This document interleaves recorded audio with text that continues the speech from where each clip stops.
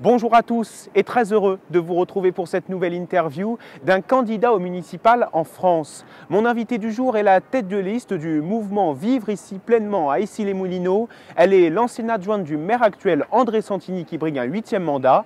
C'est Martine Vessière. Bonjour. Bonjour. Merci d'avoir accepté mon invitation. Vous êtes donc l'ancienne maire adjointe d'André Santini et nous sommes à quelques mètres de la mairie. C'est là que vous voulez être le 22 mars prochain. Oh, ce serait un plaisir, d'autant plus que je peux parler de la liste, c'est une liste d'initiatives citoyennes, mais une liste où des citoyens sont venus chercher quelques élus, dont 2 maires adjointes et des conseillers municipaux très impliqués dans certaines commissions, pour constituer une liste d'initiatives citoyennes, mais avec des gens compétents. Vous êtes donc l'ancienne maire adjointe d'André Santini. Pourquoi vous présentez-vous face à lui ? Alors, se présenter face à lui, c'est justement l'idée de bâtir une politique ouverte, transparente et proche des citoyens, cette proximité qui est nécessaire sur la ville. Et quel bilan vous tirez, vous, des 7 mandats d'André Santini ? 7 mandats. Je pense jusqu'à une certaine époque, il est certain qu'André Santini a fait évoluer la ville parce que c'était quand même une ville de la banlieue rouge et inscrite dans des friches pendant de nombreuses années qu'il a transformées. Alors il les a transformées aussi parce qu'il a joui d'une bonne conjoncture économique à cette période-là. Les entreprises sont venues, ont apporté beaucoup d'argent à Issy-les-Moulineaux et ont permis de faire évoluer cette ville. Ceci dit, depuis quelques années, on est passé à autre chose parce que tout d'abord, les politiques nationales évoluent, que nous n'aurons plus cette richesse que nous avons eue autrefois. La taxe professionnelle est quelque chose qui a été supprimé, la taxe d'habitation le sera bientôt. Et puis, on va dire que globalement, la France n'est plus dans les 30 glorieuses, qu'on est passé à d'autres systèmes. Mais quand même un bilan positif ? Alors, on va tirer un bilan positif jusqu'à il y a quelques années, mais depuis une dizaine d'années, on sent que les choses dérapent, s'essoufflent en certains domaines. Votre liste, Vivre ici pleinement, est une liste qui est composée majoritairement de femmes. C'est un souhait ? C'était une volonté ou ça a été un hasard pour vous ? Je pense qu'au départ, c'est du hasard. C'est du hasard parce que ce sont essentiellement des femmes qui sont venues nous chercher, des femmes motivées. Et puis c'est peut-être à l'image de la société qui est en train d'évoluer, où les femmes pèsent de plus en plus. Le cheminement dans la vie politique des femmes n'a pas été si simple que ça. Et les premières femmes maires, c'est en 1945. Il a fallu quand même inscrire et voter pour que les femmes puissent apparaître. Ça a tellement traîné qu'il a fallu voter pour que les femmes apparaissent en termes de parité dans les listes électorales. Bien qu'elles soient effectivement sur ces listes aux élections, elles sont encore sous-représentées. Mais on voit qu'il y a une motivation chez les femmes pour entrer dans la vie politique et je pense que les femmes ont envie de laisser une empreinte. Donc maintenant, vous en êtes fière ? Ah oui, j'en suis fière. Je suis très fière. Je suis très fière parce que moi, on était venu me chercher en 2001, je n'avais pas répondu. On est venu me rechercher en 2008. Je ne l'avais pas fait en 2001 parce que j'avais trop de choses à faire professionnellement et dans l'éducation de mes enfants. Mais en tous les cas, je suis fière d'avoir été une femme qui avait d'une part une activité professionnelle qui a évolué, que j'ai prise en main, et à côté de ça, un engagement politique au service des gens. Très important d'être au service des gens en fait. Et d'ailleurs, vous étiez donc au conseil municipal. André Santini avait viré tous les membres des Républicains. Pourquoi ? Alors, en 2017, il y a eu 4 Républicains et 1 UDI qui se sont fait éliminer. La raison, elle était, je ne sais pas si on peut dire qu'elle était simple, mais c'est que nous n'avions pas signé le comité de soutien pour l'élection, pour les législatives, puisqu'il y avait Jérémy Coste et André Santini en suppléant. Et que déjà, première raison, il n'y avait pas de femmes, alors que traditionnellement, il y a un homme, une femme.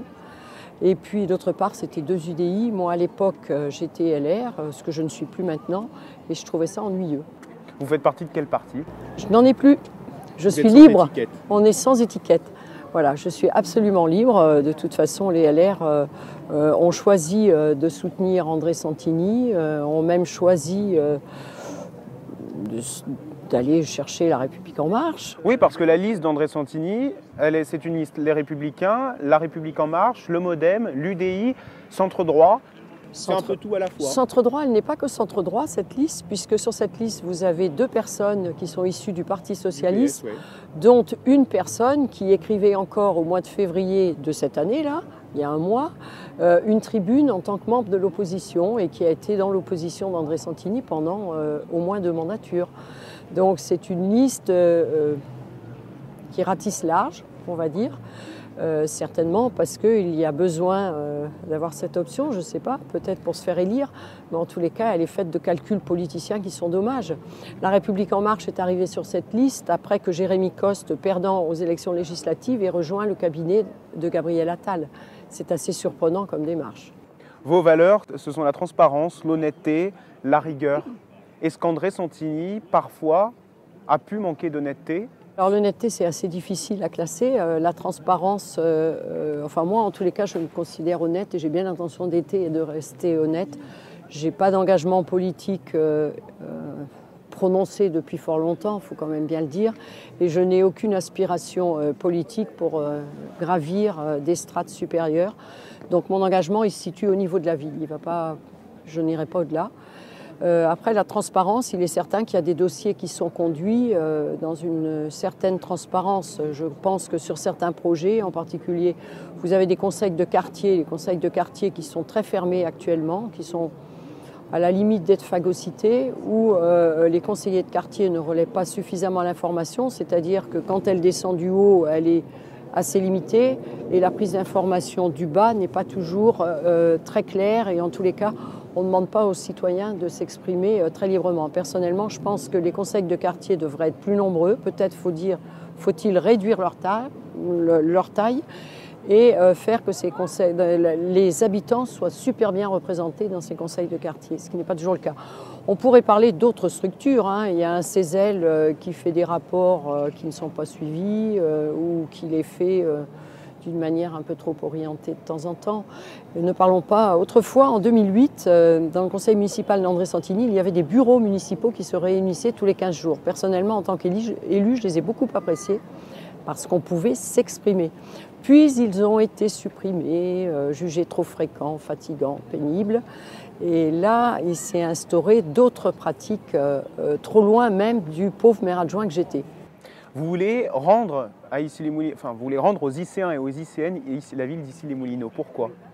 Pour qu'il y ait une vraie démocratie locale à Issy-les-Moulineaux et que les gens puissent s'exprimer. Elle n'existe plus ou elle n'existe pas ? Je pense qu'il y a des concertations qui se mènent sur certains domaines. On pourrait parler par exemple du quartier Sainte-Lucie en ce moment. Il y a d'autres domaines. Il y a eu aussi un projet de mosquée à Issy-les-Moulineaux dont on aurait pu discuter avec les habitants au lieu d'avancer. La première enquête publique, ce projet n'était pas inscrit, si bien que le commissaire enquêteur a quand même rendu un avis défavorable pour insincérité de la part de la mairie. Et le projet a été passé en force ? Le projet a été et peut-être continue à être passé en force puisque là, le permis de construire et de démolir ont été annulés et que le maire a encore fait appel. Mais c'est un projet qui a avancé trop en sous-marin. Je pense que les habitants, les riverains, tout le monde est d'accord pour qu'il y ait une salle de prière, pour qu'il y ait un établissement, un centre musulman, on va dire. Mais en revanche, ce que les gens demandent, c'est que ce soit clair, discuter avec eux, c'est tout simple. Même pour le quartier Sainte-Lucie, où il y a des consultations qui sont quand même fortement orientées, on pourrait discuter avec les gens. Et je pense qu'il ne faut jamais avoir de projet dans les cartons. Et par exemple, annoncer que, comme M. Santini l'a fait, qu'il y a 500 millions d'euros qu'il a dans les poches et de telle sorte qu'il pourrait faire n'importe quoi dans le quartier Sainte-Lucie, ça, il ne faut pas le faire. Il faut avancer, discuter avec les gens et puis conduire les projets après. Il ne faut pas avancer par préméditation avec quelque chose dans la tête. Je voudrais juste qu'on parle de l'écologie. C'est un thème très important très vaste dans cette campagne, que ce soit ici les Moulineaux, à Paris ou où on veut. Vous revendiquez le fait que sur certaines places à Issy-les-Moulineaux, il n'y a pas assez de verdure, pas assez d'arbres. Oui. Qu'est-ce que vous voulez faire ? Il n'y a pas assez de verdure, pas assez d'arbres. Je pense qu'on peut faire beaucoup mieux. Il suffit de s'inspirer de certains paysagistes. Si on interroge Gilles Clément, il vous dit que sur n'importe quelle place bétonnée, avec très peu de terre et des moyens relativement limités, on peut rendre de la verdure dans les villes. Nous, sur notre liste, on a envisagé de s'attacher les conseils d'un paysagiste urbain pour redonner effectivement de la verdure. Alors ici, ça va à peu près. Ici, ça va à peu près. On a de la chance en plus. Ça va. Mais c'est un peu plus loin, à quelques mètres de là, Corentin-Selton. Corentin-Selton, et puis par exemple la place du Belvédère au fort. Dans Sainte-Lucie, le parc de la Résistance a été amélioré, mais on peut certainement encore faire mieux pour protéger les habitants. Mais c'est assez facile à faire. C'est pas... Par contre, quand la ville parle des arbres qu'elle replante et du nombre d'arbres qu'elle replante actuellement, je pense qu'il faudrait aussi qu'elle évoque le nombre d'arbres qu'elle a abattus. On n'abat pas systématiquement des arbres parce qu'on fait des travaux. Exemple, le parvis qui s'appelait autrefois le parvis des Lumières. Qui maintenant s'appelle le parvis Jacques Chirac. Voilà, vous avez raison. Mais on a arraché tous les vieux arbres pour effectivement refaire le sol et puis installer quelques bancs. Et bien sûr, il a fallu replanter des arbres, sauf que les pauvres arbres qui ont été plantés sont singulièrement maigrichons. Donc on aurait gardé les quelques arbres anciens, on lui aurait gagné en termes d'ombre, d'échange avec d'oxygène et autres. Ça aurait été gagnant-gagnant. À Issy-les-Moulineaux, il y a seulement 3% de commerce. Oui. C'est trop peu pour vous? C'est trop peu. C'est trop peu et jusqu'à maintenant, il n'y a pas eu une politique volontariste au niveau des commerces. Les commerces sont très peu diversifiés, si bien que les gens vont soit dans Paris, soit à Boulogne. On peut faire beaucoup mieux sur la ville. Il y a des commerces qui actuellement sont vides. Et en plus, le manque de commerce porte préjudice au quartier parce que c'est là où ça manque d'animation, où on va dire qu'il y a parfois des petits problèmes de délinquance, mais si un quartier est vivant, on limite grandement les problèmes de petite délinquance. On est à quelques mètres du projet Ici Cœur de Ville, c'est juste derrière nous. Vous êtes pour ou vous êtes contre ce projet? Oh, je pense que c'est difficile d'être ou pour ou contre. Le cœur de ville a été aménagé. On a échappé à une super tour qui était d'une hauteur faramineuse et tour de Viguier. On est revenu à des hauteurs beaucoup plus raisonnables. Il me semble que pour l'instant, on construit quand même trop de bureaux dans ce cœur de ville. On aurait dû beaucoup plus limiter la surface des bureaux. Vous en voulez moins d'une manière générale sur l'ensemble de la ville? Sur l'ensemble de la ville, moi je souhaiterais qu'il y ait moins de bureaux. La ville, et plus d'habitations, plus de logements? La ville actuellement, dans ses ZAC, construit à chaque fois, à peu près en moyenne, 44%. C'est la ZAC, c'est l'Atlas des ZAC des Hauts-de-Seine qui le dit. 44% de bureaux pour 39% de logements. Il est impératif d'inverser la tendance. Si on veut effectivement rapprocher les gens en Île-de-France de leur lieu de travail, on n'a pas le choix. On est obligé d'inverser la tendance.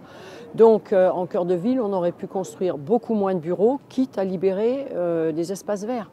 Et justement, sur ce projet ici, cœur de ville, vous me disiez avant l'interview que certains logements au dernier étage allaient être vendus. À combien d'euros du mètre carré? Alors, certaines personnes, certains lycéens qui sont allés se renseigner ont eu des renseignements, donc c'est mal dit, mais sur les parties très très hautes. Alors, il y a peut-être des aménagements spécifiques, jacuzzi ou Dieu sait quoi, à 18 000 euros le mètre carré, ce qui paraît c'est faramineux. C'est-à-dire que c'est plus cher qu'à Paris? Oui. Donc déjà, les Parisiens râlent suffisamment sur le prix des loyers à Paris. Alors maintenant, s'il y a Issy-les-Moulineaux, c'est à 18 000 euros. Voilà. D'autant plus que là, on peut se dire que, je ne sais pas, si on fait un investissement à 18 000 euros le mètre carré, je ne sais pas si on le rentabilisera. Mais après tout, il y a peut-être des gens prêts à dépenser. Un peu plus loin d'ici, Orange va installer son siège social. Oui. Qu'est-ce que vous en pensez? Oh, ce sera un bâtiment relativement pas mal, le bâtiment, mais c'est quand même un lieu qui va amener 4000 personnes. Or, actuellement, quand le matin vous allez à Pont-d'Issy, vous vous rendez compte qu'il y a beaucoup de gens qui arrivent et qui descendent de la station RER, mais que finalement, inversement, il y en a très peu qui prennent le RER à cet endroit-là. Donc ça veut dire que chaque matin, il en descendra à peu près 4000 de plus. Et vous trouvez qu'il y a trop de projets à Issy-les-Moulineaux d'une manière générale? Trop de projets, en tout cas, il y a des... Il faut que la ville, elle ait des projets, mais ça en fait beaucoup d'un seul coup là. Là, parce qu'on a le cœur de ville qui va arriver avec 650 logements et des bureaux. On a effectivement, comme vous le dites, des bureaux qui vont arriver là-bas vers ici, Val-de-Seine, mais vous avez aussi la ZAC Léon Blum qui va arriver avec 1936 logements. 1936 logements et comme le dernier commissaire enquêteur l'a signalé, aucun jardin public pour les enfants. Ce qui fait beaucoup quand même. 1936 logements, ça veut dire qu'avec le cœur de ville et la ZAC Léon Blum, on arrivera à 80 000 habitants probablement à Issy-les-Moulineaux. il est probablement temps de faire une pause et de densifier. On doit respecter le schéma directeur de la région en termes de logement, mais en l'occurrence, respecter cette norme, oui. Envisager de faire une pause en acceptant celle-ci, ce serait peut-être suffisant. J'ai une dernière question. Qu'est-ce qu'on peut vous souhaiter pour la suite? Qu'est-ce qu'on peut nous souhaiter? En tous les cas, de peser et oui, de peser en tous les cas dans les décisions sur la ville. Alors évidemment, on peut nous souhaiter d'être élus. Devenir la prochaine femme maire d'ici les Moulineaux. C'est génial. D'ailleurs, je crois que même André Santini, dans son livre Mère célibataire, a évoqué la possibilité qu'une femme prenne la mairie à Issy-les-Moulineaux. C'est assez sympathique comme phrase. Écoutez, bonne chance pour la fin de cette campagne. Merci Martine Bessière d'avoir accepté mon invitation. Je rappelle que vous êtes candidate à Issy-les-Moulineaux contre André Santini, le maire actuel qui brigue un 8e mandat. Merci beaucoup et à très bientôt pour une nouvelle interview.